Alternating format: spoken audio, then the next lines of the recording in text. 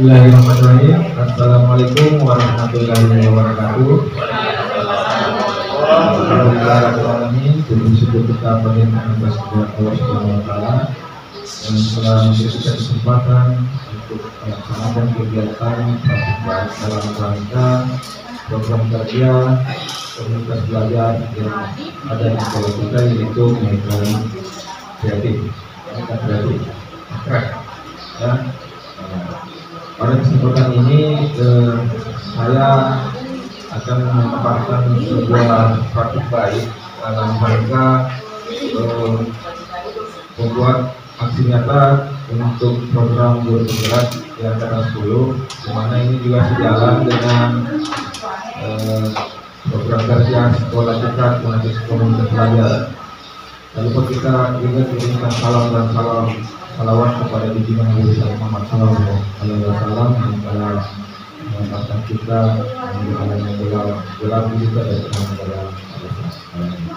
Ya, sebenarnya acara untuk kegiatan kita yang mana kita akan disampaikan oleh ketua komunitas belajar kita Pak Muhammad SPGR, dan akan langsung pembacaan doa Bapak Keterangan ini, dan terusnya adalah pemaparan praktikan kita yang mana tema pada hari ini adalah sinergi madrasah keempat, budaya positif. Sinergi mewujudkan budaya positif di sekolah dengan pembelajaran yang aman, menyenangkan, dan bersiap pada siswa sesuai proses belajar tersebut.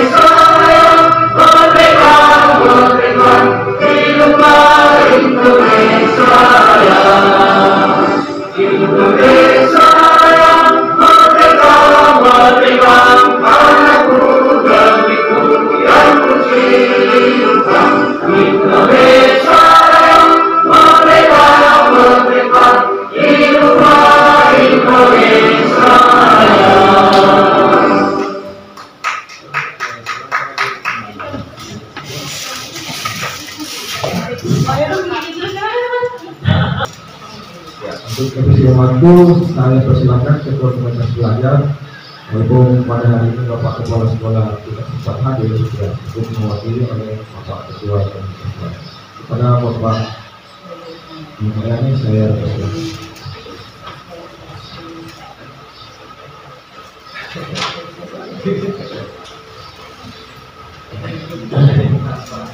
Terima kasih kepada Pak Arham selaku CGP angkatan 10 Kabupaten Konawe pada kegiatan pendidikan guru penggerak angkatan 10 ini.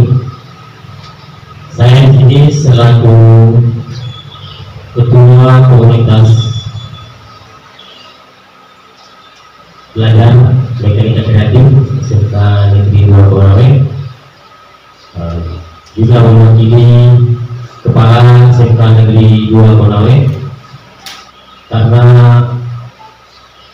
beliau berhalangan hadir pada kesempatan kali ini. Ada kegiatan di Kendari Dinas. Ini pertama-tama puji dan syukur kepada Tuhan yang Maha Kuasa karena atas berkat rahmat kekuatan yang diberikan serta kesempatan sehingga kita bisa hadir di tempat ini mengikuti kegiatan berbagi praktik baik yang akan dipresentasikan oleh Bapak Arham. Kemudian yang kedua, kami menyampaikan terima kasih kepada Bapak, Ibu, Guru, dan staf yang sempat hadir pada kesempatan pagi ini. Selanjutnya, kegiatan praktik baik itu sebaiknya dilaksanakan lebih sering lebih banyak. Jadi kalau kita praktikan yang lebih cepat lebih baik, kalau ini lebih sering lebih baik karena dalam berbagai praktikan ini ada banyak hal baru atau mungkin juga hal-hal yang ternyata sudah kita laksanakan tapi kita belum tahu ternyata yang ini saya laksanakan namanya. Jadi bisa berbagi perkembangan inovasi pembelajaran, penggunaan teknologi dalam pembelajaran. Nah, dalam kesempatan kali ini Pak Arham akan berbagi tentang budaya positif. Budaya positif ini penting dalam keseharian kita sebagai pendidik, pengajar, karena berhubungan langsung dengan suasana kelas. Ada rasa aman, nyaman, dan menyenangkan dalam kelas. Kalau budaya positif ini kita terapkan dalam kelas, saya yakin insyaallah pembelajaran akan berlangsung dengan baik. Sedikit mengingat kembali dan kembali pada kegiatan observasi kelas yang dilaksanakan yang hubungannya PMM. Nah, di sini ya poinnya budaya positif. Di sini ada nanti mungkin para nanti kemudian tentang kesempatan dalam kelas.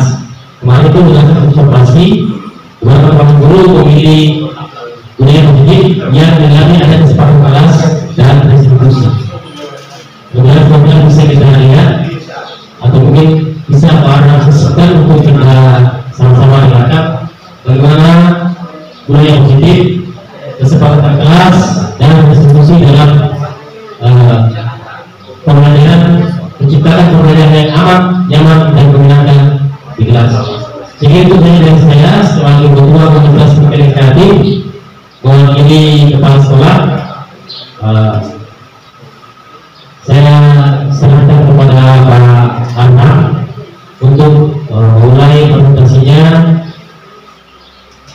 dan saya harapkan kepada rekan-rekan guru, teman-teman untuk bisa menyimak dengan baik apa yang disampaikan oleh Pak Arham. Saya pikir itu dari saya. Terima kasih. Assalamualaikum warahmatullahi wabarakatuh. Tadi itu beda syarat. Tapi kita lanjut dulu ke proksi untuk membawakan doa. Langsung saja. Kita mulai.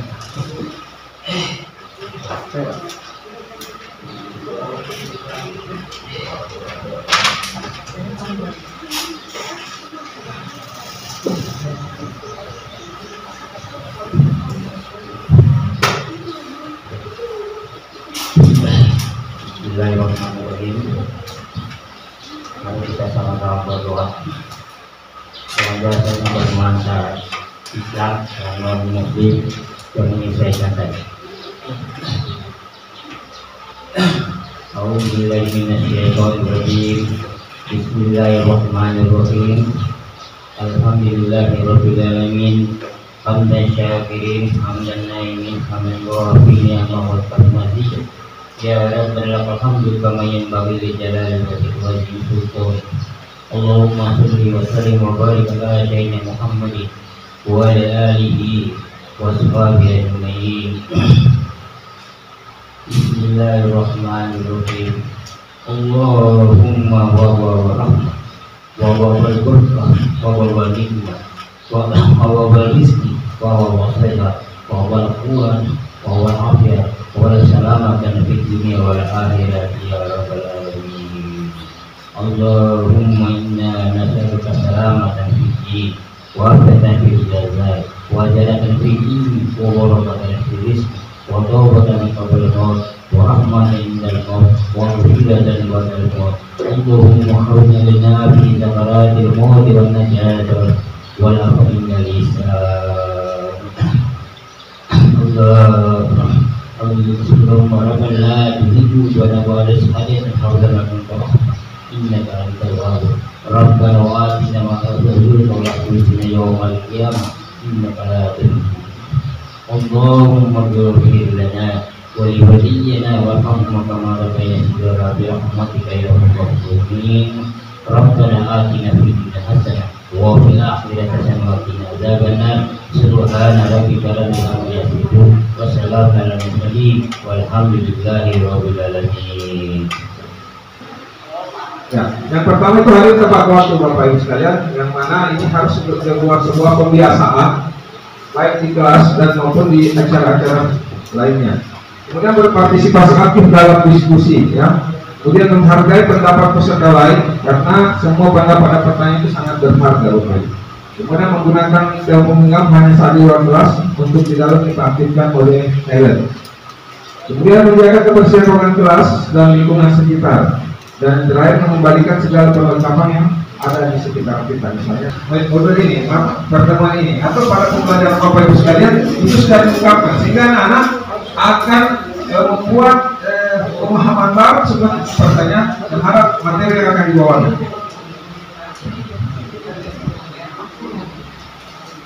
Nah, kesimpulan mengenai peran saya dalam menciptakan budaya positif di sekolah, Bapak Ibu.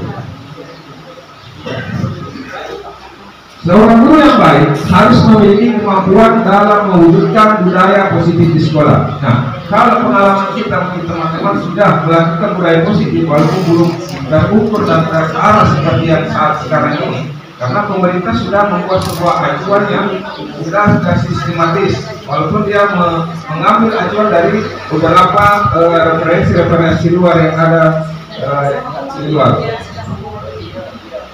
Nah, hal itu dapat kita jalankan dengan menerapkan konsep-konsep inti seperti disiplin positif, memahami motivasi perilaku manusia yang berkaitan dengan hubungan dan penghargaan.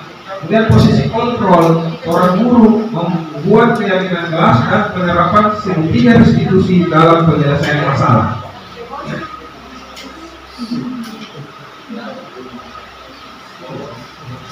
Pada perubahan paradigma, di mana di sini ada Stephen R. Covey pada bukunya Principle of Centered Leadership 1991, bagaimana seorang bisa merubah dari paradigma stimulus respon kepada pendekatan teori kontrol. Nah, bila kita ingin membuat kemajuan perlahan, sedikit-sedikit ubahlah sikap atau perilaku Anda. Ya, namun bila kita ingin memperbaiki cara-cara utama kita, maka kita perlu mengubah kerangka acuan kita. Ubahlah bagaimana Anda melihat dunia. Kemudian bagaimana Anda berpikir tentang manusia, ubah paradigma Anda, skema pemahaman dan penjelasan aspek-aspek tentang realitas. Jadi kita harus mengubah paradigma kita dari seorang guru, paradigmanya seperti apa yang harus kita terapkan pada anak didik kita. Nah, ini ada contoh Bapak Ibu, yang mana dikatakan stimulus respon dan teori kontrol. Nah, untuk realitas kebutuhan kita sama, kalau stimulus respon sama, pada dasarnya sama. Kemudian teori kontrol, realitas kebutuhan kita berbeda-beda, karena kita mengontrol. Ya. Kemudian semua orang melihat hal yang sama ketika stimulus respon. Kemudian teori kontrol, setiap orang memiliki gambaran berbeda. Jadi ada yang berbeda. Kalau stimulus respon tadi kita menyeluruh, sementara teori kontrol itu tersendiri. Jadi hanya ada orang lain bisa mengontrol saya. Sementara teori kontrol hanya Anda yang bisa mengontrol diri Anda sendiri. Itu teori kontrol. Jadi dua teori ini stimulus respon dan teori kontrol. Kemudian model berpikir menang dan kalah. Karena kita biasa bertanding menang atau kalah. Sementara kalau kita teori kontrol, kita harus mulai berpikir menang. Atau bilang katanya win-win solution gitu ya. Itu dia Karena kalau berpikir menangkal aja, kita selalu mau berbasis sendiri dengan nilai-nilai yang mereka percaya. Nah, bagaimana memahami dengan kata-kata seperti ini? Menghargai diri sendiri dengan nilai-nilai yang mereka percaya. Bukannya guru-guru percaya, oke Bapak Ibu ya? Yang mereka percaya.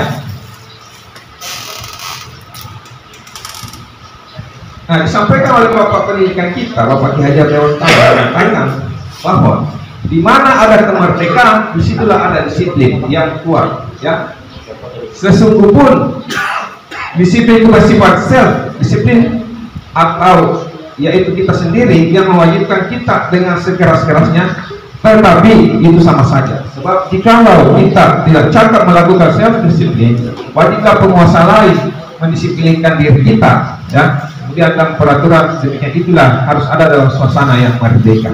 Jadi orang belum merdeka harus disiplin, karena bagaimana kita mengatakan diri kita merdeka sementara tak belum disiplin ya.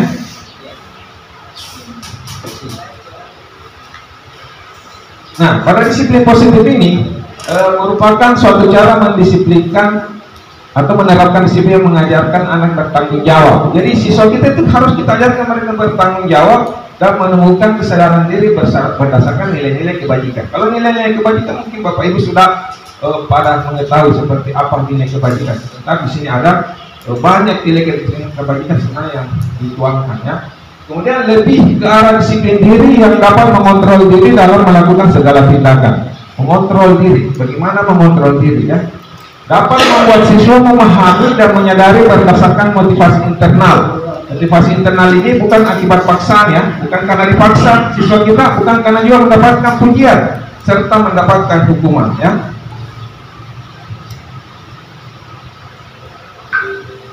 Untuk nilai-nilai kebajikan universal, untuk menciptakan budaya positif, tentu kita harus memahami juga nilai-nilai kebajikan universal. Menurut Dian Gerson 1998 mengemukakan bahwa dengan mengaitkan nilai-nilai kebajikan yang diyakini seseorang, maka motivasi intrinsiknya akan terbangun sehingga menggerakkan motivasi dari dalam untuk dapat mencapai tujuan mulia yang diinginkan. Nah, di sini kan ada sebuah motivasi intrinsik atau nilai-nilai kebajikan yang sudah sebenarnya kita sudah sepakati, walaupun kita sebelum lahir pun sudah terjadi kesepakatan nilai-nilai kebajikan itu, Bapak.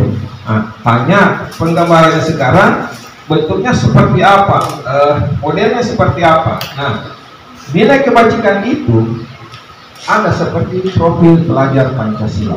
Ya, sebenarnya ada banyak, ada 7 contoh di sini, hanya 2 yang bisa saya tampilkan. Contoh yang pertama adalah profil pelajar Pancasila. Ya, di Indonesia diramu sebuah nilai-nilai kebajikan dalam profil pelajar Pancasila. Bukan pelajar Pancasila sebenarnya, sebenarnya mengarah para guru juga. Bagaimana kalau kita pada posisi guru beriman, bertakwa pada Tuhan yang Esa dan berakhlak mulia, itu harus dimiliki oleh seorang guru sebelum kita mengarah pada pelajar Pancasila. Kedua, kita mandiri, ya. Selanjutnya bernalar kritis, berbineka global, bergotong royong dan kreatif. Kalau kita belajar hanya bilang itu profil pelajar Pancasila hanya siswa, bukan ke guru, salah. Sebelum mengarahkan ke siswa, guru juga harus punya ke-6 item profil pelajar Pancasila. Selepas dari 9 pilar karakter itu tadi, ya. Jadi memang penguatan kita harus kuat di profil pelajar Pancasila.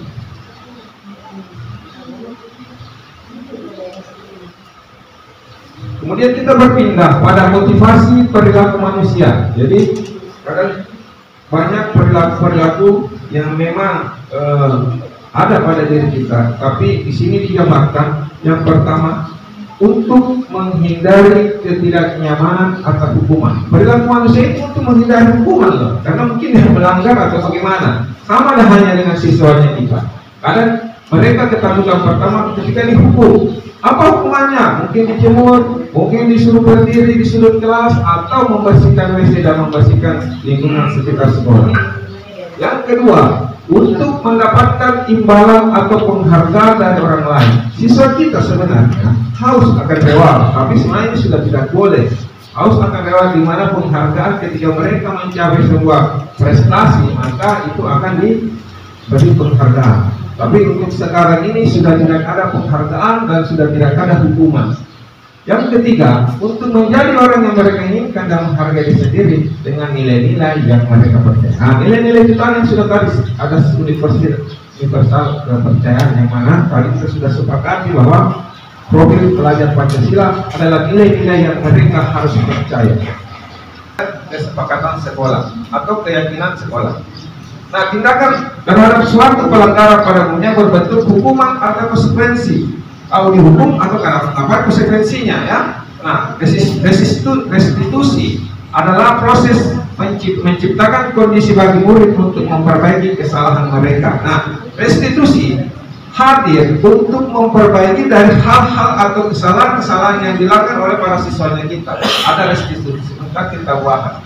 Sehingga mereka bisa kembali pada kelompok mereka dengan karakter yang lebih kuat. Itu Gosen dari 2004. Jadi anak-anaknya kita adalah sebuah komunitas atau kelompok yang mana ketika salah satu melanggar atau secara keseluruhan dia akan kita akan sebagai guru akan memberi hukuman atau konsekuensi. Tapi disinilah ada restitusi untuk bagaimana mereka kita menguatkan karakternya.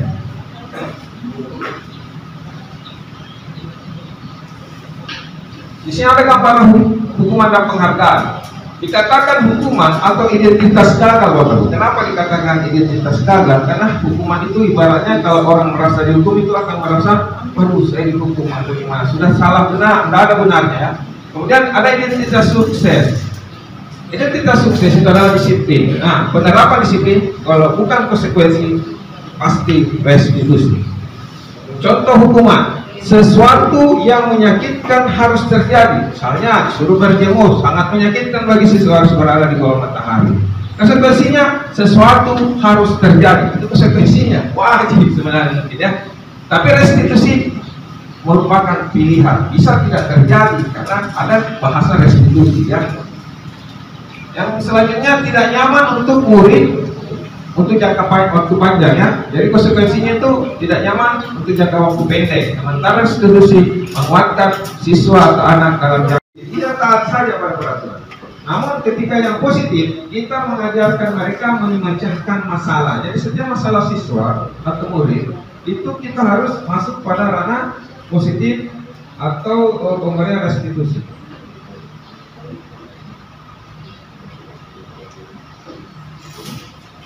Jadi restitusi sebuah pendekatan untuk menciptakan disiplin positif. Nah, ciri-ciri restitusi yang membedakan dengan program disiplin lainnya, ya, Bapak Ibu. Karena kita bilang disiplin positif, apa dengan hubungannya dengan restitusi?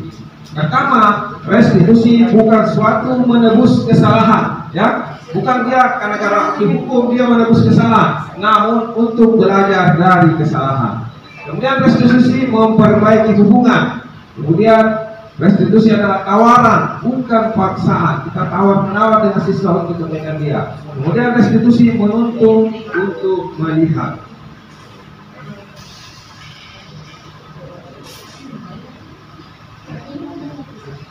Nah, kita masuk pada keyakinan kelas, ya.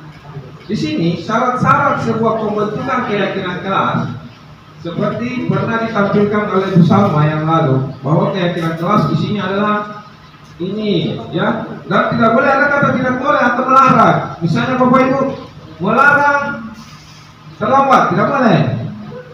Harus ada kata-kata yang baik. Sebaiknya supaya kamu bisa datang cepat, apa yang kamu lakukan. Itu kesepakatan kelas atau keyakinan kelas.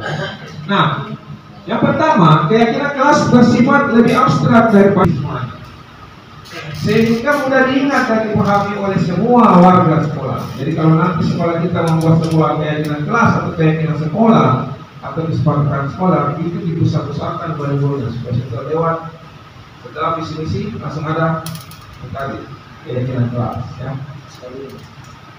Keyakinan kelas sebaiknya sesuatu yang dapat diterapkan di lingkungan sekolah, ya. Kita sudah paham apa yang kita terapkan di lingkungan sekolah. Semua warga kelas hendaknya ikut berkontribusi dalam pembuatan keyakinan kelas lewat kegiatan curah pendapat, ya.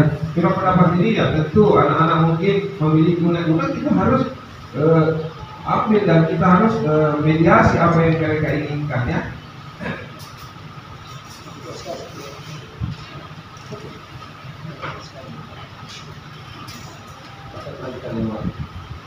Jadi ini ada contohnya kira kelas berapa, Bapak Ibu. Jadi di kelas 1 kan, kelas 1 SD kan. Ya, setiap anggota kelas harus perlu belajar. Ya betul. Itu kelas 1 kan dia tidak terlalu memahami apa itu, jadi mereka harus perlu belajar. Setiap anggota kelas perlu senang. Ya jangan ini sedih ya, ini orang kelas 1 ya, kelas 1 SD. Kemudian anggota kelas perlu melakukan tugas. Anggota kelas perlu saling menghargai dan anggota kelas perlu merasa aman. Nah sebenarnya ini aman yang penting. Jadi tema kita itu aman. Aman. Jadi kadang-kadang anak sebenarnya banyak tidak merasa aman itu berada di kelas. Perkara tidak aman. Jadi biasa saya tanya, kenapa kamu tidak istirahat? Nah? Tidak istirahat, tidak cuma dia bawa itu. Tidak aman dalam perut. Iya. Ya, oke. Lanjut ke keyakinan kelas 5. Selalu bersikap positif, senantiasa menjadi diri terbaik. Kemudian percaya dan menghormati orang lain serta barang miliknya. Kemudian berkomitmen terhadap setiap tugas dan senantiasa membantu apapun untuk kerjasama yang baik. Kemudian kita pindah ke keyakinan kelas 7. Artinya SMP ini, kalau SMP belum ada itu. Ya, dalam hal hormat. Ini kan contoh Bapak Ibu, ini bisa dibuat tapi harus direvisi untuk tingkatan kita jenjang SMK. Hormat, kami meyakini bahwa sangat penting untuk menghormati semua orang dan barang milik orang lain. Ya. Kemudian bekerja, kami meyakini bahwa sangat penting untuk melakukan sebuah pekerjaan dan mengikuti kegiatan yang telah ditugaskan. Nah, bekerja itu misalnya gotong royong, membersihkan. Ini keyakinan kelas. Membersihkan ruang kelas baik sesudah belajar atau sebelum belajar. Diterima dan dimiliki. Kami meyakini bahwa sangat penting untuk merasa diterima pada suatu kelompok dan saling peduli satu dengan yang lain. Jadi ini contoh Bapak Ibu. Jadi mungkin ya, mudah-mudahan hasil dari mungkin pertemuan kita pada hari ini itu setiap guru akan membuat sebuah keyakinan kelas. Nanti siswa baru, lebih bagus Pak ya, siswa baru kita buatkan contoh nanti Pak Yani buatkan nanti balihonya, dirancang-rancang saja hasilnya seperti apa. Bisa setiap kelas berbeda, mungkin bisa sedikit sama ya, tergantung kesepakatan, atau bisa sama saja satu kali di print baliho mungkin Pak ya. Oke.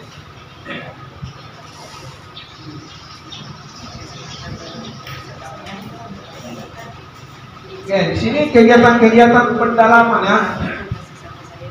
Misalnya pendalaman keyakinan kelas hormat. Tadi kan ada contoh. Bagaimana pendalaman yang hormat? Datang tepat waktu, tampak. Jadi kita menginginkan itu tampak seperti dia datang tepat waktu. Itu kan sudah tampak. Kalau tidak tampak seperti sering hadir terlambat. Itu tampak dia datang, tidak tampak dia sering terlambat. Itu masalah hormat. Kemudian menyapa teman dan guru setiap hari, itu tampak, harus, wajib ya. Kemudian tidak tampak acuh dengan guru bahkan dengan temannya. Itu jadi pembeda. Kalau dia acuh berarti ini tidak tampak seperti keyakinan kelas yang sudah kita sepakati. Ya, itu menilainya. Kemudian mengembalikan barang teman yang telah dipinjam dan mengucapkan terima kasih. Nah ini paling banyak tidak terima kasih, bahkan tidak dikembalikan. Tidak mengembalikan barang yang telah dipinjam dan meletakkan sembarangan. Itu tidak tampak. Rasa hormat itu tidak tampak dengan cara mengembalikan barang yang sudah dipinjam. Tapi kalau dikembalikan, tampak seperti mengembalikan. Pindah pada hal bekerja atau misalnya kerjasama membersihkan. Nah, tekun bekerja dan menyimak guru, itu yang kita inginkan tampak seperti. Sementara tidak tampak seperti, tidak mendengarkan guru dan acuh tak acuh. Kemudian menyerahkan tugas tepat waktu, itu tampak seperti. Sementara tugas tidak diberikan atau tidak mengerjakan tugas. Kemudian memberikan nilai yang terbaik. Kalau tidak tampak seperti asal-asalan mengerjakan tugas. Nah ini banyak menyontek saja ya. Jadi ini kombinasinya saja Bapak Ibu antara tampak seperti dan tidak tampak seperti. Kemudian pindah pada rasa diterima dan dimiliki. melibatkan semua anggota kelompok, misalnya dalam hal diskusi, itu tampak seperti, sementara mengucilkan salah satu teman mereka, ada satu mungkin dianggap tidak berkontribusi pada kelompok, akhirnya tidak diajak bicara, itu tidak tampak seperti. Dia memberikan kata-kata atau komen-komen membenarkan hati bila teman kita berhasil, yang tidak tampak seperti marah atau iri atas keberhasilan teman-teman kita, itu tidak tampak ya. Karena dia puji temannya yang memang berhasil, itu tampak seperti. Yang tidak tampak itu kamu itu nyontek saja. Oke, Bapak Ibu, ini contoh kegiatan-kegiatan pendalaman keyakinan kelas.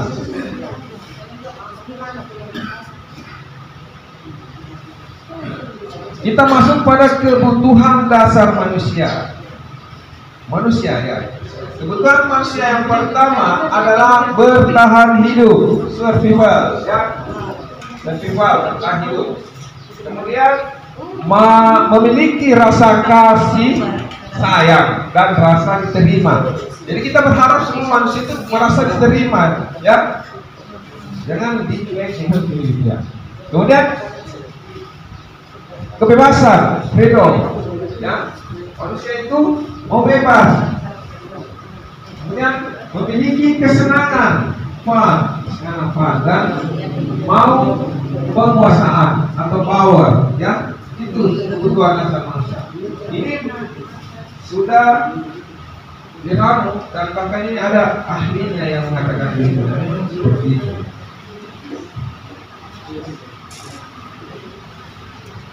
Nah, untuk kebutuhan dasar manusia, contoh ini ada contoh Bapak Ibu. Nah, ini ada contoh, Dimas dengan 17 tahun ini. Nah, kemudian senang sekali ketika ayahnya mulai mengajarkan cara menyetir mobil. Dan pada pekan ia berlatih menyetir. Dia tampak senang sekali berlatih sampai dia bisa menyetir mobil dengan baik dan lancar. Ketika ibunya bertanya pada Dimas, apa yang membuat dia ingin bisa menyetir mobil? Ketika jawaban Dimas adalah seperti kebutuhan apa yang dia ingin penuhi. Ya, contoh. Ini jawaban Dimas lah. Aku merasa bangga dan keren. Ya, itu kebutuhan apa? Itu kebutuhan penguasaan. Karena dia merasa sudah bisa, jadi dia banggakan dirinya dan mau dilihat keren. Itu penguasaannya. Kemudian, biar bisa jalan-jalan naik mobil sama teman-temanku. Itu rasa kasih sayang dan bisa diterima, bukan dalam hal menyombongkan, tapi kasih sayang sesama temannya dan mau diterima bahwasanya dia bisa mengajak kawannya naik mobil. Aku senang bisa pergi ke tempat-tempat yang aku suka. Nah, bebas kemana saja, berarti memiliki kebebasan ya. Dan menyetir mobil itu seru sekali ya. Nah, itu adalah bentuk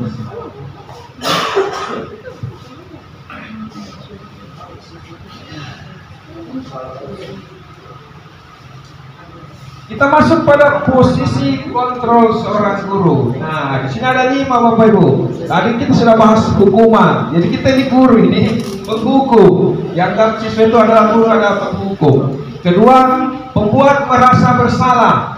Pada tampilan waktu Payam itu pernah ada ya video yang menampilkan ya dihukum ini anak karena terlambat. Kemudian pembuat merasa bersalah. Bagaimana siswa itu kita jadikan dia sebagai pembuat dia karena merasa karena kesalahannya sendiri. Ya. Kemudian siswa itu sebagai teman, ya, dan kita sebagai guru menjadi teman yang baik. Kemudian guru sebagai pemantau dan terakhir manajer. Ya, ada 5 Bapak Ibu ya, nanti diingat-ingat ini: penghukum, pembuat merasa bersalah, teman, pemantau, dan manajer. Nanti kita pilih Pak Heru nanti masih wilayah mana? Apakah Pak Heru model guru penghukum misalnya? Kemudian pembuat merasa bersalah. Kamu ini, saya nanti dimarahi kepala sekolah kalau kamu berbuat begitu, kan gitu. Atau teman, nah mungkin Pak Heru sebagai teman, merangkul mereka, ayo kerjakan tugas, kan gitu. Memantau, nanti kita memantau saja mereka kerjakan. Nah, manajer ini yang paling merangkul semuanya, tapi tidak ada menghukum ya. Telepon buku-bukunya mana? Nah, sini ada contoh untuk restitusi 5 posisi kontrol. Nah, ini kalau kita seorang guru penghukum nih, seorang penghukum bisa menggunakan hukuman fisik maupun verbal. Ternyata masih banyak menggunakan verbal, kata-kata, gerakan-gerakan. Itu hukuman bagi mereka sebenarnya, tapi tidak boleh. Ya.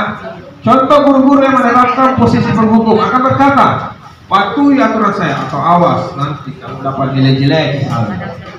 Kamu selalu saja salah, tidak ada benarnya kasih anak. Ya kan?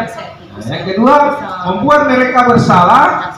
Pada posisi ini biasanya guru akan bersuara lembut. Contoh ya, ibu sangat kecewa sekali denganmu, ya kan? Nah, lembut ya. Kemudian berapa kali bapak harus memberitahu kamu itu selalu terlambat, kan? Gimana coba kalau orang kamu tahu kalau kamu suka misalnya merokok, misalnya kan? Nah, itu membuat mereka bersalah. Nah, kalau pada posisi teman ya, teman ya, guru pada posisi ini tidak akan menyakiti murid ya, karena menganggap sebagai teman, namun akan tetap berupaya mengontrol murid melalui persuasi. Posisi teman pada guru bisa negatif dan bisa positif. Contohnya, ayo ingat tidak bantuan bapak selama ini. Nah, ya. Ya, sudah kali ini tidak apa-apa, nanti ibu bantu bereskan. Itu sebagai surat teman. Kan biasa seperti itu ya, kamu biasa ya. Contoh. Selanjutnya pada posisi pemantau. Memantau berarti mengawasi. Pada saat kita mengawasi, kita bertanggung jawab atas perilaku orang-orang yang kita awasi, siswanya kita ya. Posisi pemantau berdasarkan pada kita ini sebagai pemantau karena ada apa? Ada peraturan ya. Peraturannya apa? Apa yang telah kamu lakukan? Atau sanksi dan konsekuensinya apa? Jadi sudah tercatat aturannya sehingga kita hanya sebagai pemantau. Mengingatkan saja kepada siswa bahwa aturan terlambat adalah seperti ini. Nah, terakhir pada masuk pada posisi manajer. Ini yang harus semua guru diterapkan sebagai manajer ya. Nah, posisi manajer ini di mana guru berbuat sesuatu bersama siswa, mempersilahkan murid mempertanggungjawabkan perilakunya, mendukung murid agar dapat menemukan solusi atas permasalahan sendiri. Contohnya, apa yang kita yakini? Misalnya setelah kita kembali ke keyakinan kelas ya, apakah kamu meyakini apa yang sudah kita sepakati sebelumnya? Jika kamu meyakini, kamu pasti bersedia memperbaikinya. Jika kamu memperbaiki hal ini menunjukkan apa tentang dirimu. Nah, jadi kita sebagai manajer kita lebih banyak bertanya hal-hal yang universal ya. Ini ada contohnya Bapak Ibu. Nanti tabelnya saya share saja di grup karena sama dengan tadi. Di sini tadi sudah kita sepakati ada motivasi internal, intrinsik, identitas gagal, identitas sukses, perilaku kontrol negatif itu penghukum, membuat bersalah. Kemudian perilaku kontrol positif sebagai teman, pemantau dan manajer ya. Nah, jadi di situ ada identitas gagal sudah tidak dipakai penghukum dan pembuat.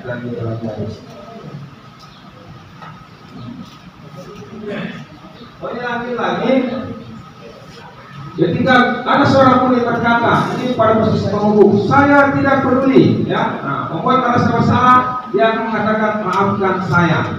Kalau dia sebagai teman, saya pikir bapak ibu teman saya, itu dia bertanya sebagai teman ya. Dan kalau pemantau saya akan dapat berapa bintang kalau melakukan hal tersebut. Jika sudah melakukan hal tersebut, saya akan mendapatkan apa? Itu kata siswa ya. Nah, kalau kita pakai manajer, bagaimana caranya agar saya bisa memperbaiki keadaan ini? Dia akan bertanya seperti itu.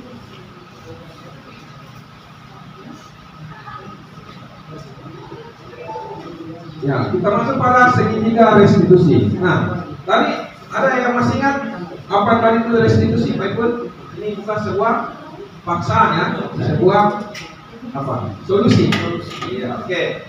Jadi tadi ada 5 posisi kontrol. Ketika ada anak melanggar, kita melakukan segitiga restitusi. Segitiga restitusi yang pertama menstabilkan identitas. Ya, teori kontrolnya kita semua akan melakukan hal yang terbaik yang bisa kita lakukan. Segitiga restitusi kedua adalah validasi tindakan yang salah. Semua perilaku memiliki alasan. Anak-anak terlambat pasti ada alasannya. Tidak mungkin dia terlambat, padahal sebenarnya dia sering rajin datang. Menanyakan keyakinan. Kita semua memiliki motivasi internal. Nah, oke, kita kan menstabilkan identitas. Di situ dikatakan berbuat salah itu tidak apa-apa, ya. Jadi kita menetralkan kesalahan anak-anak. Berbuat salah itu tidak apa-apa. Tidak ada manusia yang sempurna. Everybody's wrong. Kita bisa menyelesaikan ini. Nah, validasi tindakan salah, memvalidasi misalnya. Padahal kamu bisa melakukan yang lebih buruk daripada ini ya. Nah, kan memvalidasi termasuk melakukan yang paling buruk. Kamu pasti punya alasan mengapa kamu melakukan hal ini. Kenapa kamu terlambat? Apa alasannya? Atau kenapa kamu menghubung temanmu atau mengikuti teman? Kemudian kamu patut bangga pada dirimu sendiri karena kamu telah melindungi sesuatu yang penting buatmu. Itu contoh bahasa memvalidasi tindakan yang salah. Bukan membenarkan itu tindakan yang salahnya, memvalidasi, membenarkan bahwasanya oh coba ini kesalahannya di situ. Kemudian yang terakhir menanyakan keyakinan. Tadi kita bilang keyakinan itu sama dengan kesepakatan kelas atau tata tertib. Apa yang kita percaya sebagai kelas atau keluarga, ya? Apa nilai-nilai umum yang kita telah sepakati dalam hal keyakinan kelas? Dan apa bayangan kita tentang kelas yang ideal? Itu pertanyaan untuk pada siswa.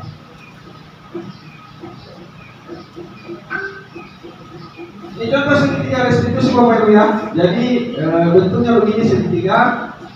Nanti yang di dalam itu validasi tindakan yang salah, menanyakan keyakinan atau menstabilkan identitas. Nilai dan peran guru penggerak.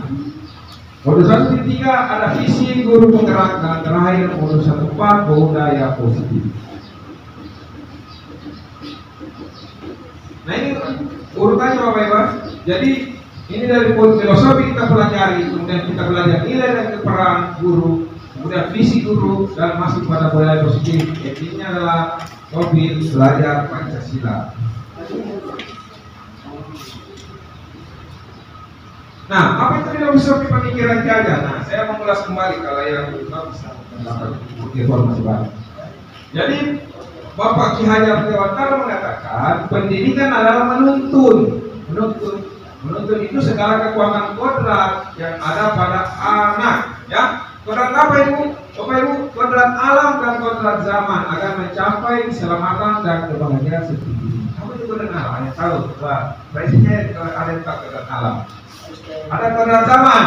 Nah, jadi kodrat alam itu karena ada mungkin siswa kita tinggal di pedalaman beda dengan yang di pesisir, ada di gunung, ada di kota, ada di pinggir laut, itu beda kodrat alamnya. Jadi tidak boleh disamakan sebenarnya sebenarnya. Itu dikatakan kodrat alam. Kalau kodrat zaman, pada zaman kita dulu masih kecil, itu beda. Sekarang generasi Z, ya, tidak ada yang beda selanjutnya. Kalau Bapak Ibu mau menerapkan seperti Pak Mus mungkin waktu zamannya sekarang kita mungkin apa lebih banyak di apa di kuli mungkin zamannya sekarang. Jadi kita ini ada di transisi Y ke Z. Yang kedua, pendidikan menghamba para murid, di mana pendidikan harus dilakukan pihak para murid tidak, ya. Nanti harus dibuat lagi di kertas.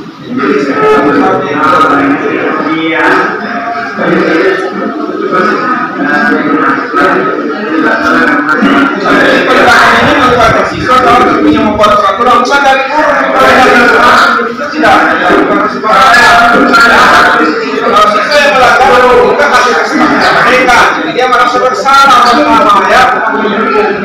Dia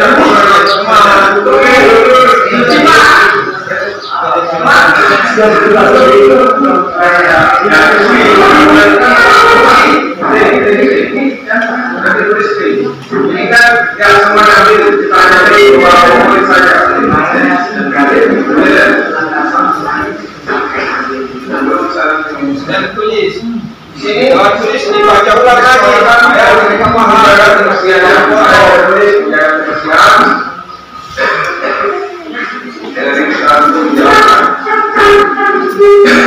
terakhir siswa itu bertanda tangan di kertas yang ditulis ini ya, dengan tanda tangan hasil kesepakatan mereka. Nah, ini ada contoh setelah kesepakatan secara diskusi Saat jam istirahat, tiba-tiba Putra berlari sambil ngos-ngosan menuju ruang guru. Sontak beberapa guru kaget melihat Putra berlari. Setelah bercerita, ternyata dia dikejar oleh rival dari kantin sekolah karena mengejar rival yang hanya tahu menyontek dan malas mengerjakan tugas.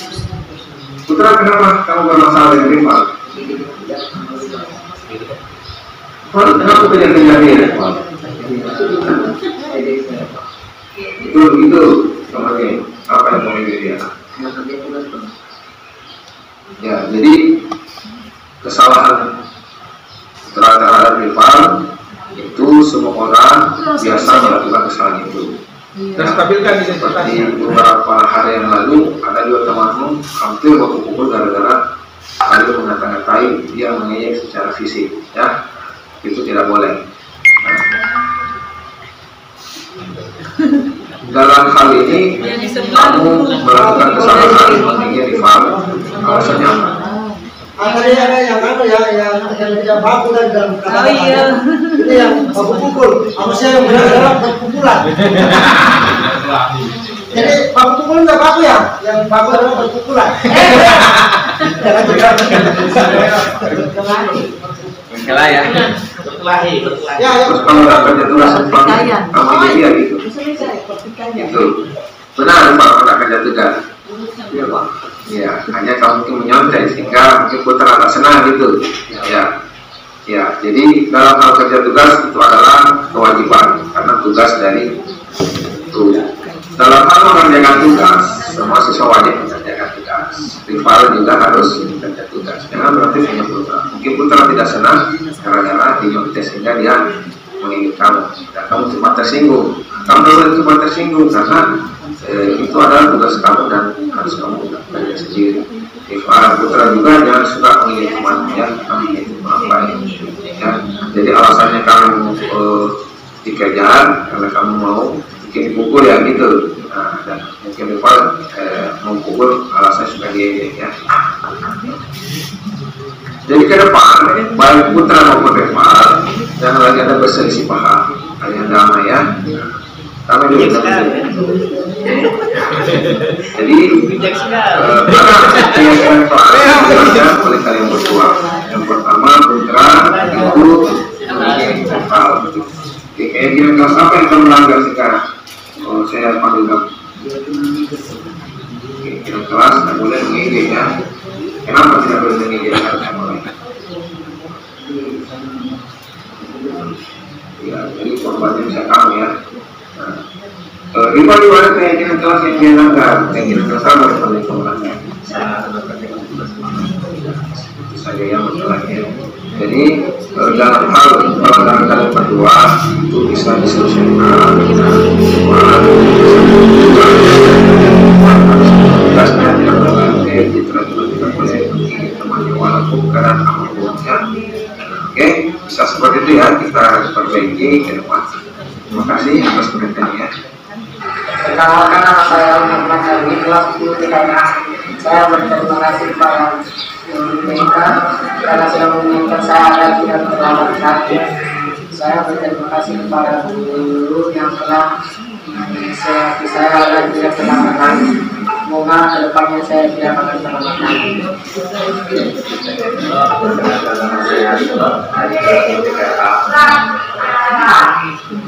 Saya berterima kasih atas bimbingannya karena saya tidak mengerjakan tugas. Saya berterima kasih atas nasihatnya karena tadi saya berniat memukul teman saya dikarenakan dia mengejek saya.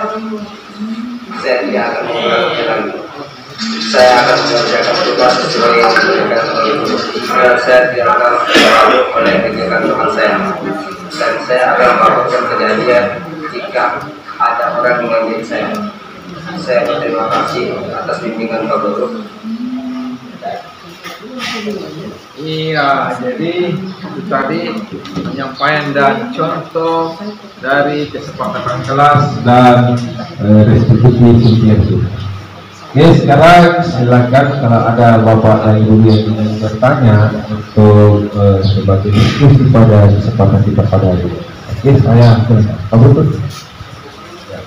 Silakan. waktu dan satu saja.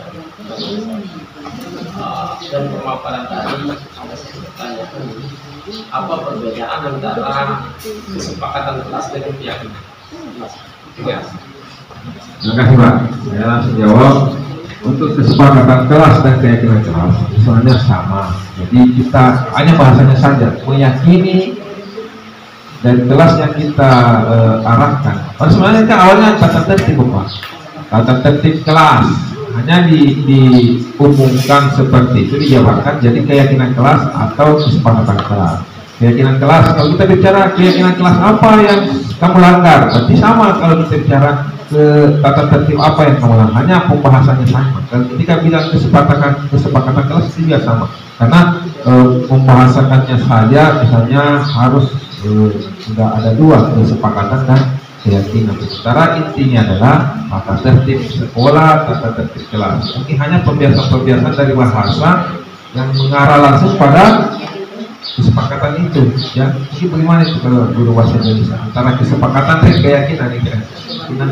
Mungkin begini Pak ya, kalau kita bicara keyakinan ya, ada keyakinan ini di setiap orang keyakinannya pasti beda-beda ya. Ya, kalau keyakinan sama maka akan terjadi kesepakatan. Kalau keyakinan beda-beda, karena banyak yang mau diyakini, ya, banyak yang mau diyakini. Jadi kalau untuk membuat kesepakatan kelas yang bisa diyakini sama, itulah yang bisa diberikan kesepakatan. Kalau yang tidak diyakini, yang berbeda keyakinan tidak bisa disepakati. Ya, jadi ada, kalau kita mengatakan bahwa kebersihan itu sebagai hal yang baik, maka harus diyakini oleh semua. Kalau tidak, itu tidak bisa dibuat kesepakatan, karena pasti ada yang menolak. Ya, jadi kita buatlah keyakinan atau meyakinkan bahwa kita akan sama keyakinannya. Ya, dalam suatu hal, ya, misalnya di dalam menggunakan HP, ada beberapa yang mempunyai keyakinan berbeda. Ya, kenapa? Saya yakin bahwa HP ini saya fungsikan sebagaimana mestinya. Ya, kalau itu ada terjadi perbedaan, maka itu bisa dibuat jadi kesepakatan. Itu akan jadi masalah nanti. Ya, untuk meskipun satu orang saja ya, misalnya di dalam itu ada dua orang lah, banyak. Kalau contoh HP yang hanya ada dua orang, dibuat keyakinan bahwa satu punya keyakinan bahwa HP ini saya gunakan, yang satu meyakinkan bahwa HP ini saya pakai gunakan yang lain. Terjadi kesepakatan berbeda apabila kalau kita sepakati bahwa dia menggunakan HP. Boleh. Keyakinannya itu mereka masing-masing beda. Salah satu caranya adalah membuat keyakinan itu sama. Menyamakan keyakinan dulu, baru dibuat kesepakatan. Jangan dibuat kesepakatan dulu, itu namanya hukum atau tata tertib. Kalau tata tertib tidak perlu keyakinan, ya, karena sudah secara umum diyakini, ya, seperti itu. Saya mau tahu. Yang belum selesai masih ada 5 menit. Jadi untuk keadaan di mana keyakinan itu tidak akan bisa disamakan, ya, maka tata tertib yang berlaku, ya, tata tertib yang berlaku. Apapun tata tertibnya mereka harus ikuti. Kita membuka peluang untuk membuat kesepakatan itu apabila ada perubahan sedikit dibanding dengan tata tertib, ya. Misalnya kita di dalam HP, kita yakin bahwa HP ini kita yakin bahwa itu bisa berfungsi tak untuk membantu kita dalam belajar. Kalau tidak kita sepakati penggunaan HP, ya, meskipun itu melanggar tata tertib, ya Pak. Karena tata tertib di mana saja. Karena kita di dalam suatu diskusi bukan internasional ya, nasional pun bukan, ya. Mereka mengatakan bahwa kenapa HP itu tidak dilegalkan dalam tata tertib kalau memang itu lebih banyak manfaatnya, ya. Ya, begitu ya. Karena keyakinannya pada satu saat satu peristiwa itu bisa HP itu membantu, tapi di keadaan lain, peristiwa lain, banyak yang membuat keyakinan bahwa HP itu mengganggu. Karena waktu mereka itu tidak sepenuhnya di dalam kelas, seperti itu ya. Bagaimana? Mungkin ada tanggapan dari. Terima kasih banyak Pak.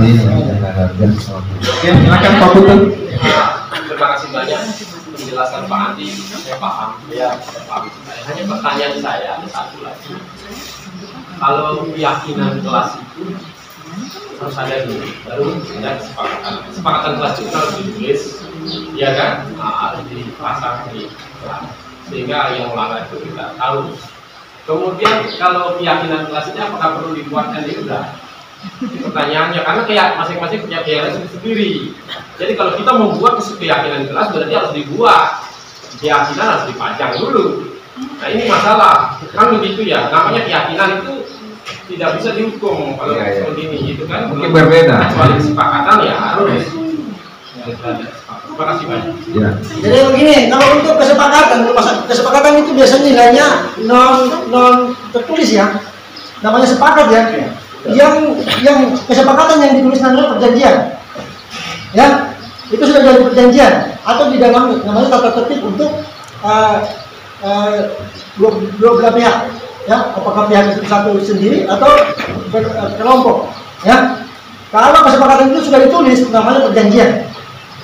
Sebaiknya ini dibuatkan suatu perjanjian. Perjanjian dan kesepakatan beda. Arahnya. Kalau kesepakatan ini hanya kesepakatan dua yang tidak tertulis, ya. Dia arahnya harus dua ada tiga paling ini. Bukan kesepakatan itu isinya banyak ya, banyak item ya, bisa banyak bisa satu, ya minimal satu atau banyak isinya. Namanya sepakat itu kalau sudah tertulis namanya perjanjian, dan perjanjian itu sudah disepakati, ya. Kalau namanya kesepakatan itu biasanya non tertulis,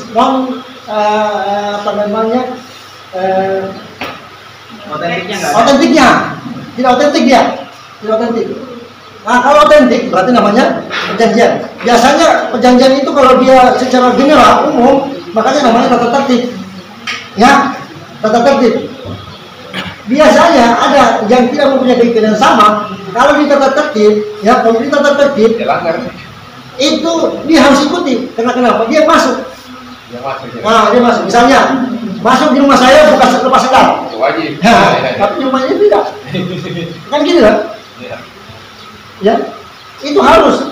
Itu tanpa keyakinan ya, tanpa kesepakatan ya. Karena itu sudah ada hukumnya, ada tata tertibnya. Ya. Beda dengan kita. Ini kan kita akan membangun suatu tata tertib. Positif. Kita akan membangun suatu tata tertib di dalam kelas kita untuk mata pelajaran kita, mungkin juga untuk hal ini. Atau memang untuk semester ini, ya. Tapi ini kesepakatan ini sebenarnya kalau kita mau jalurkan ini tidak boleh melebihi jam pelajaran. Sebab kita punya jam pelajaran. Kalau kita yang panjang-panjang nggak masalah sih. Tapi kalau yang pendek-pendek seperti misalnya PKN, berbeda lagi. Itu menjadi masalah itu. Apalagi seperti sejarah 1 jam, itu menjadi masalah. Masalahnya kita duduk saja itu sudah setengah jam. Ya. Apalagi kita membuat suatu kesepakatan, habis waktu. Setiap kali kita masuk membuat kesepakatan, habis waktu. Ini menjadi masalah, ini harus dipikirkan. Karena kita punya target khusus dalam pembelajaran. Ada materi yang harus dibawakan atau orang yang harus dipelajari, ada penilaian yang harus kita ambil. Ya, ini jangan dilupakan. Ini tugas utama. Kesepakatan kelas, keyakinan kelas ini kalau memang tidak bisa dibentuk, tata tertib yang di pedoman jadi pedoman. Patok mati 1 dan 0, tidak ikuti 0, 1 ikuti 1. Itu saja. Ya, kalau memang kata kita itu tidak bisa kita ini teman-teman tidak semua seleluasa teman-teman yang lain yang mempunyai jam panjang atau jam pendek. Seperti itu. Ya. Bagaimana Pak? Nah, jadi ini kita belum selesai. Ayo silakan ini. Hei, kenapa begitu? Ya, silakan. Ada juga begitu. Ya, mungkin saya tambah-tambah. Jadi dari nilai-nilai kebajikan tadi Pak Putu bilang ada keyakinan yang tapi berbeda. Jadi satu lagi mungkin juga ya saya. Satu lagi. Pak Putu coba satu lagi Pak Putu. Jadi gini. Jadi dalam disiplin positif kan pernah kita sudah kesepakati ya. Sebenarnya kita harus menerima masukan dari siswa yang lain. Karena dalam membuat satu kesepakatan, mungkin karena kita punya waktu sedikit, kesepakatan itu kita buat mulai satu-satu saja. Ya, kita buat satu-satu. Misalnya jangan menggunakan HP. Nah, kita tanya keyakinannya mereka masing-masing apa. Ya, satu saja dulu. Membuat HP, jangan membawa HP. Atau HP ini bagaimana hukumnya? Ya, untuk kita dalam kelas. Ya, kita buat dulu keyakinannya masing-masing semua. Bagaimana tentang HP ini? Kalau sudah disepakati apa keputusannya, nanti yang ke depan lagi lain. Misalnya terlambat masuk, bagaimana keyakinannya? Supaya sudah ada hukum satu dalam satu kali kita masuk. Jadi nanti Bapak kalau sudah ketemu dengan siswa itu yang sejenis, misalnya dia di kelas 1, di kelas 2, di kelas 3, kesempatan kelas itu masih tetap ada sama kita antara Bapak dengan dia. Panjang ini? Panjang, jangka panjang. Ini untuk menghemat waktu. Jangan kita bahas seluruhnya dalam satu waktu. Ya, jadi pelan-pelan. Apa dulu yang paling mengganggu bagi kita? Kira-kira nih dalam pembelajaran kita ini apa yang mengganggu? Ketertiban. Apa yang paling mengganggu? Misalnya Pak, ada seorang yang sudah baru masuk. Nah, kita buat keyakinan kita bagaimana? Bagaimana solusinya? Minta mereka. Jadi ada 3 itu Pak. Tanya pendapat mereka, buat kesepakatan dengan pendapat mereka. Ya. Ini langkah-langkahnya kalau memang mau diterapkan ini. Ya. Bagaimana ini, Pak? Yang lain mungkin Bu Titi ada. Dan teman-teman yang lain kita saling berdiskusi supaya bisa satu pemahaman. Ya. Saya ulangi dulu saya ulangi.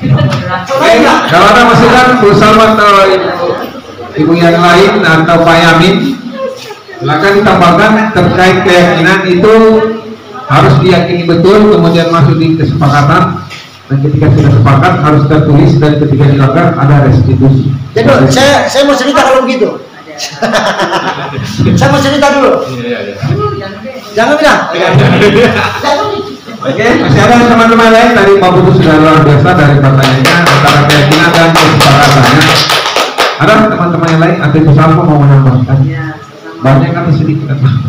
Pak Yamin ada? Oh ini Bapak Yamin sudah menjadi sah. Sah ini lebih sah ini. Atau Pak Askin? Kalau saya minum tadi diskusi teman-teman,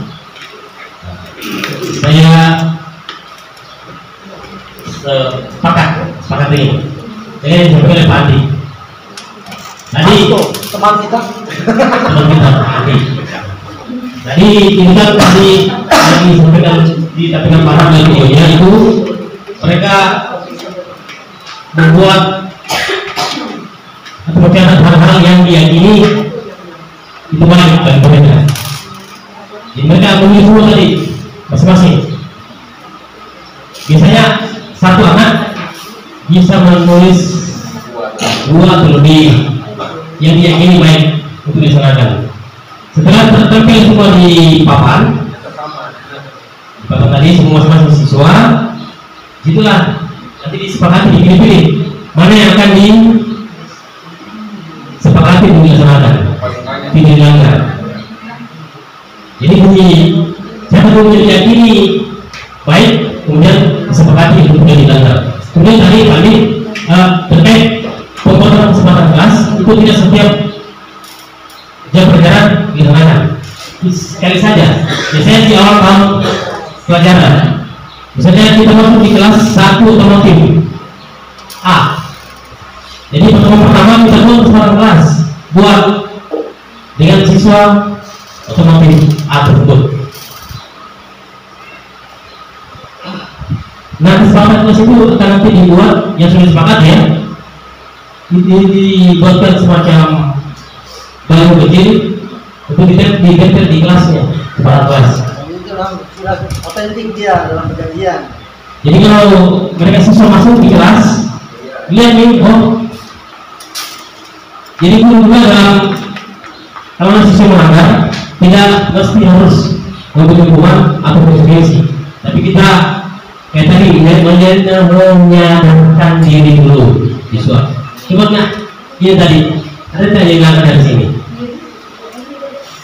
Tidak perlu lagi emosi, teriak dan sebagainya. Cukup dengan menunjukkan apa yang sudah dicatat dan disepakati. Ya, seperti itu. Pertama dari saya terkait dengan pembuatan kesepakatan kelas. Saya kembalikan kepada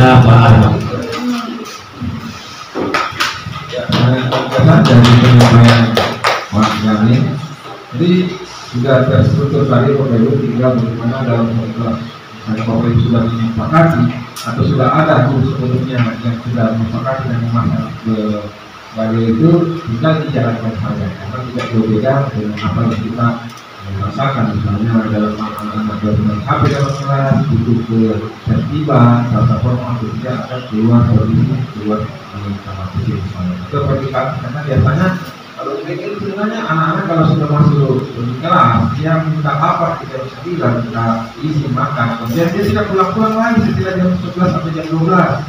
Seperti itu ya, kalau saya pribadi penting untuk kesepakatan di dalam sekolah.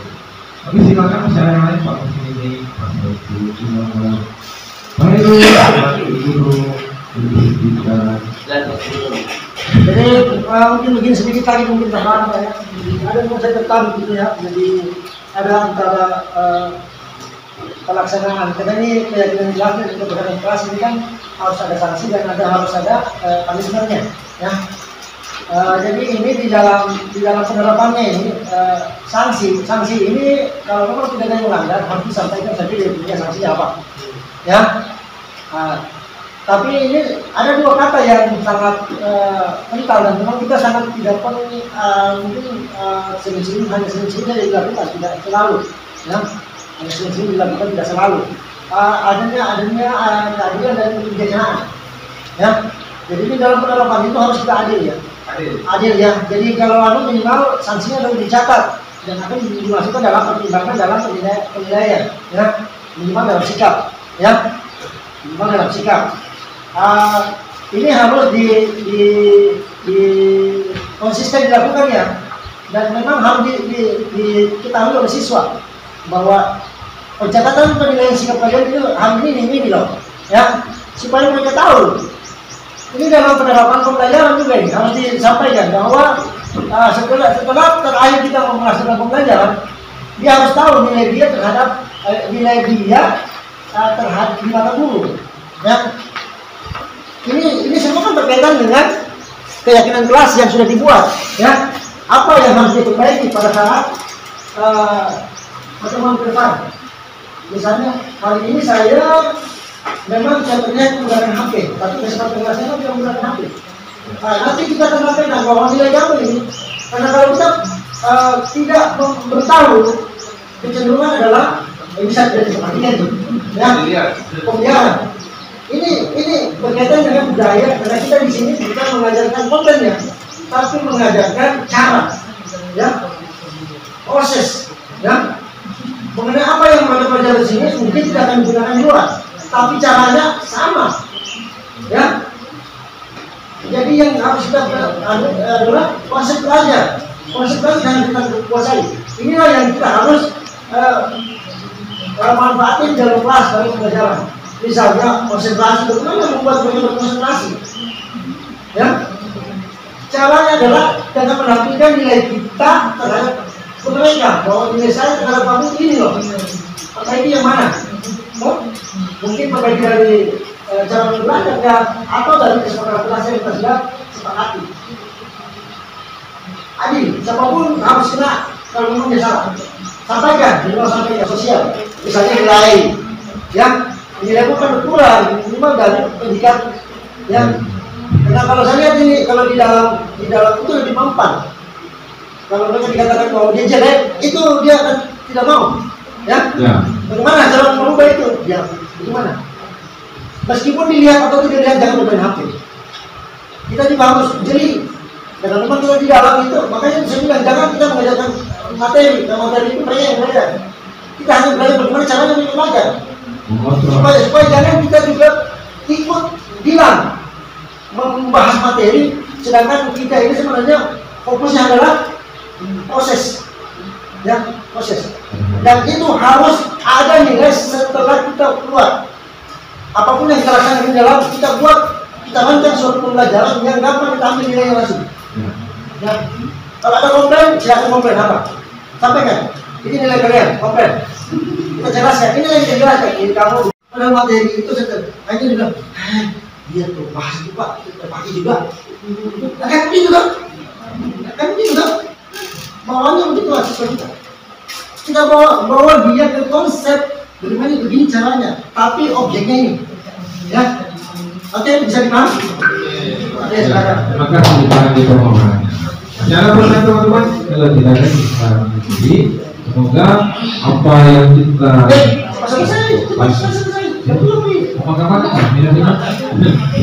apa yang kita sampaikan ini guys, fokus ini luar biasa kita. Apa kalau beliau kita silakan Pak. Ya Pak Mesin ya. Kontrol ini Pak. Kontrol berarti ada siswanya itu malah mengikuti pelajar Pak. Yang kedua kita itu malah mengerjakan tugas ya. Nanti mulai ada restitusi kita ini mau kontrol ya.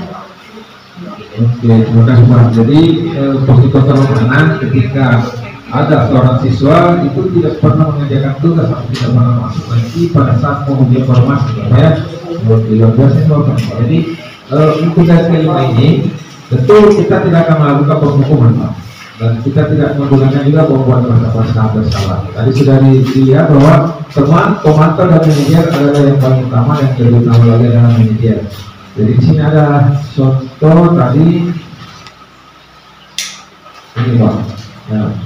Ada siswa tadi dengan contoh itu, jadi kita penghukum sudah tidak dipakai ya Pak ya, ini sudah identitas gagal, jadi tidak dipakai. Kita pakai identitas sukses sebagai teman, pemantau dan manajer ya. Karena di sini ada program kontrol posisi dan diri. Nah, Bapak bisa bertindak sebagai teman. Misalnya kita tanya, contoh saja Pak ya, kenapa kamu baru datang? Tapi kan tidak, bukan pada akhir ujian kita tanya.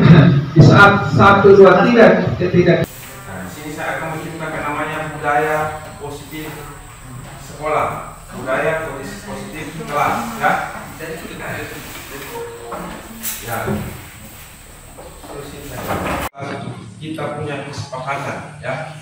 Nah, mungkin kemarin itu tidak ada kesepakatan kelas dibuat. Nah, sini saya mau mengajarkan dan mungkin tidak ada kesepakatan kelas dibuat. Nah, sini saya mau mengajarkan dan mungkin ke depan guru itu akan membuat kesepakatan kelas. Ini dua ya, diisi ya. Tuliskan kesepakatan kelas apa yang akan kamu idamkan, ya. Bagaimana kondisi kelas itu tertib, aman dan rapi. Artinya kita mau belajar itu nyaman, ya.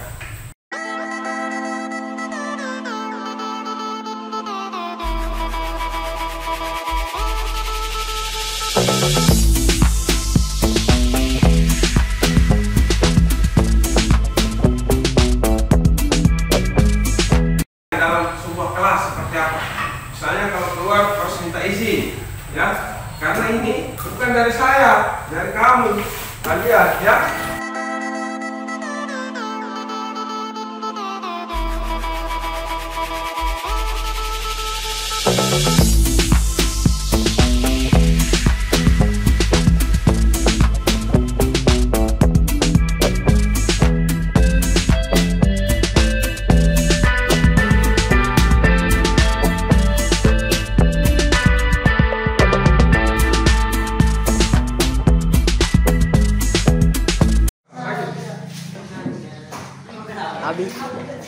Habis.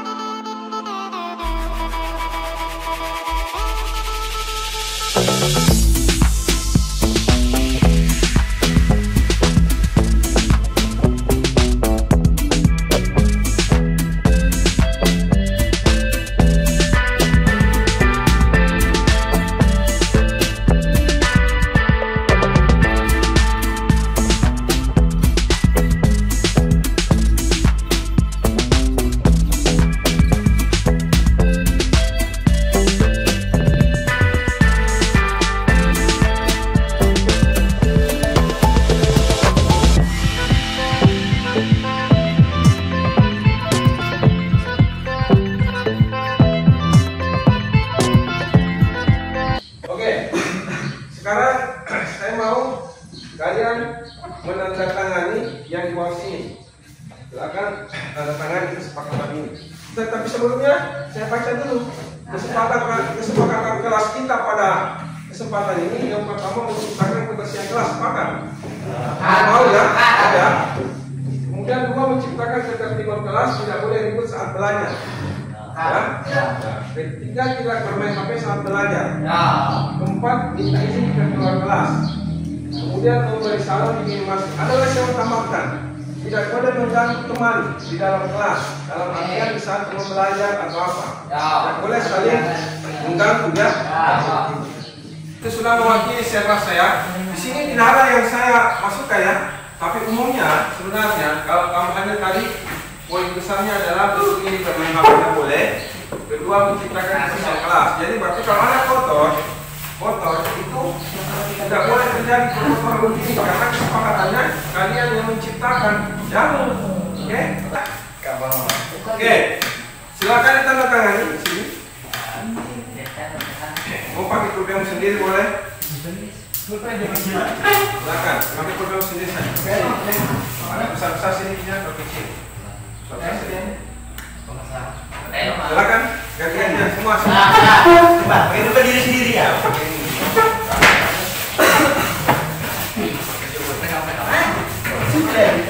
Kesepakatan ini tidak boleh dilanggar ya.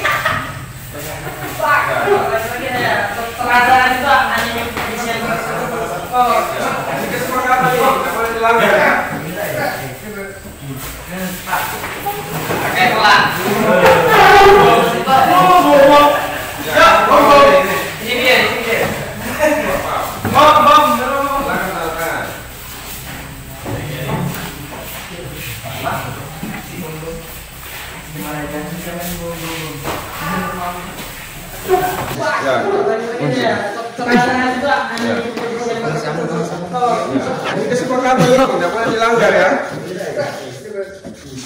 Pak. Kasih ngomong. Ya, untuk pembelajaran ini ya. Oke. Tadi video sekali lagi mana? Ya, nanti dikirimnya. Jadi terima kasih sudah membuat kesepakatan kelas. Semoga nanti gurunya atau wali kelasnya bisa demikian ya. Karena pengimbasan atau pemberian informasi ini pertama saya kasih kalian sebagai kelas contoh dan nanti sama guru-gurunya. Oke, Berikut ada 2 skenario kasus permasalahan. Skenario kasus pertama. Siswa terlambat masuk ke kelas. Skenario kasus kedua. Siswa saling ejek dikarenakan salah satu di antaranya tidak mengerjakan tugas. Penerapan segitiga restitusi contoh pada kasus 1. Pada hari Selasa ini jam pertama Alwi terlambat masuk ke kelas untuk belajar, lalu dia mengendap-endap untuk bisa langsung duduk di bangkunya, namun ketahuan Pak Guru. Ia nampak cemas dan ketakutan jika akan dimarahi karena keterlambatannya. Alwi, kok hari ini kamu terlambat? Saya mohon maaf Pak, saya terlambat karena saya terlambat bangun karena semalam ada acara keluarga jadi saya terlambat bangun. Itu acara keluarganya berapa hari? 2 hari Pak.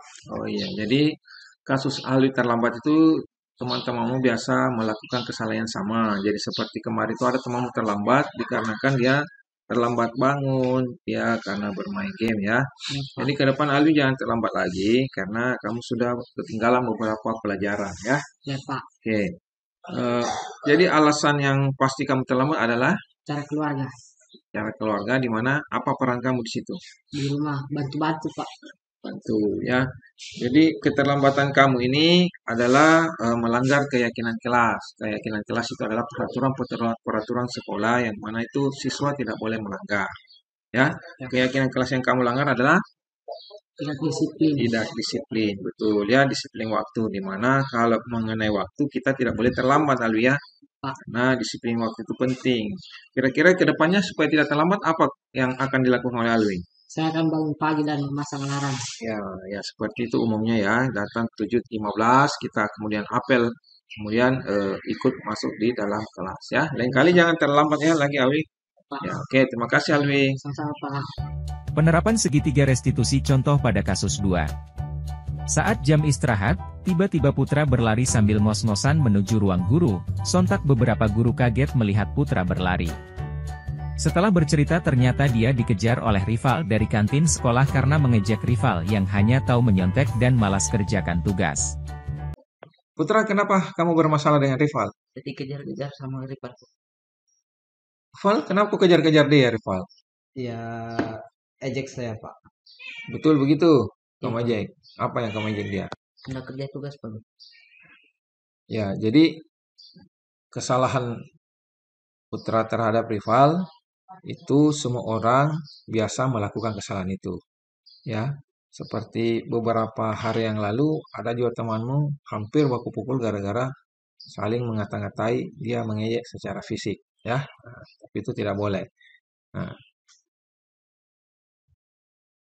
dalam hal ini kamu melakukan kesalahan mengejek rival.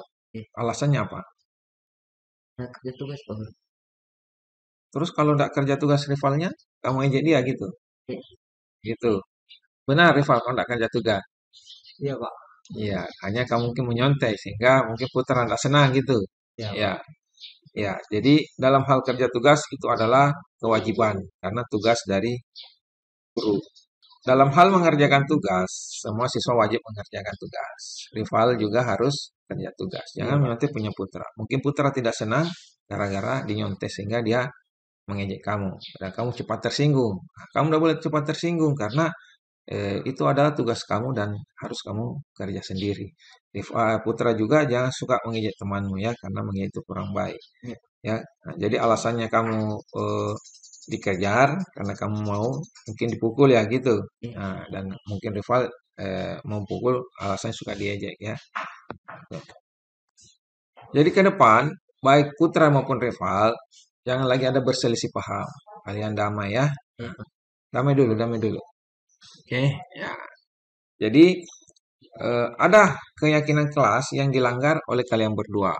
Yang pertama, putra itu mengejek rival. Oke, keyakinan kelas apa yang kamu langgar sehingga saya panggil kamu? Keyakinan mengejek Pak. Keyakinan kelas tidak boleh mengejek ya. Kenapa tidak boleh mengejek satu sama lain? Nanti saling baku pukul Pak. Iya, jadi korbannya bisa kamu ya. Iya. Nah, rival juga ada keyakinan kelas yang dia langgar. Keyakinan kelas apa rival yang kamu langgar? Saya nggak kerjakan tugas Pak. Nggak kerja tugas. Itu saja ya masalahnya ya. Jadi dalam hal pelanggaran kalian berdua itu bisa diselesaikan dan ke depan jangan sampai terulang ya. Rival harus kerja tugasnya, tidak boleh menyontek, putra juga tidak boleh mengejek temannya walaupun keadaan apapun ya. Nah, oke, bisa seperti itu ya, kita perbaiki ke depan. Oke, terima kasih atas perhatiannya ya. Perkenalkan, nama saya Muhammad Alwi, kelas 10 TKRA. Saya berterima kasih kepada guru BK karena sudah mengingatkan saya agar tidak terlambat lagi. Saya berterima kasih kepada guru yang telah menasihati saya agar tidak terlambat lagi. Semoga kedepannya saya tidak akan terlambat lagi. Oke, itu saja. Perkenalkan, nama saya Rival dari kelas 10 TKRA. Saya berterima kasih dengan Pak Guru atas bimbingannya karena saya tidak mengerjakan tugas, dan saya berterima kasih atas nasihatnya karena tadi saya berniat memukul teman saya dikarenakan dia mengejek saya. Saya tidak akan mengulanginya lagi. Saya akan mengerjakan tugas sesuai yang diberikan oleh guru, dan saya tidak akan terpengaruh oleh ejekan teman saya, dan saya akan melaporkan kejadian jika ada orang yang mengejek saya. Saya berterima kasih atas bimbingan Pak Guru.